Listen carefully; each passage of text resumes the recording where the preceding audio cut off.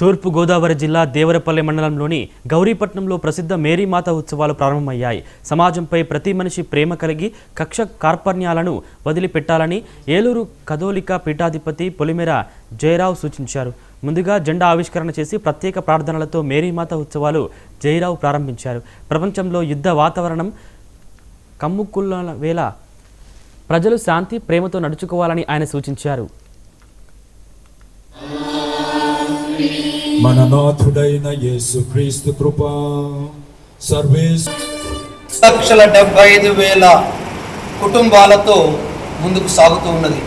ఏలూరు కథోలిక పీఠంలో మొదటి పీఠాధిపతులు జాన్ ములగడ తండ్రి గారు వారి యొక్క ఆలోచన, వారి ప్రార్థన మా అందరికి ఒక స్ఫూర్తిని, మాకు ఒక దిక్సూచిని కూడా ఇచ్చిందని సగర్వంగా మీకు అందరూ తెలియజేస్తున్నాను. నిర్మలగిరి మేరీమాత పుణ్యక్షేత్రం ప్రతి ఒక్కరికి ఇది ఆత్మీయ ఆహ్వానం అందిస్తున్నటువంటి కేంద్రం. ఇక్కడ ఒక చక్కని మాట మీ అందరూ తెలియజేస్తున్నాను. నీతిమంతుని ప్రార్థన శక్తివంతమైనది, నిర్మల హృదయులు ధన్యులు, వారు దేవుని దర్శిస్తారు.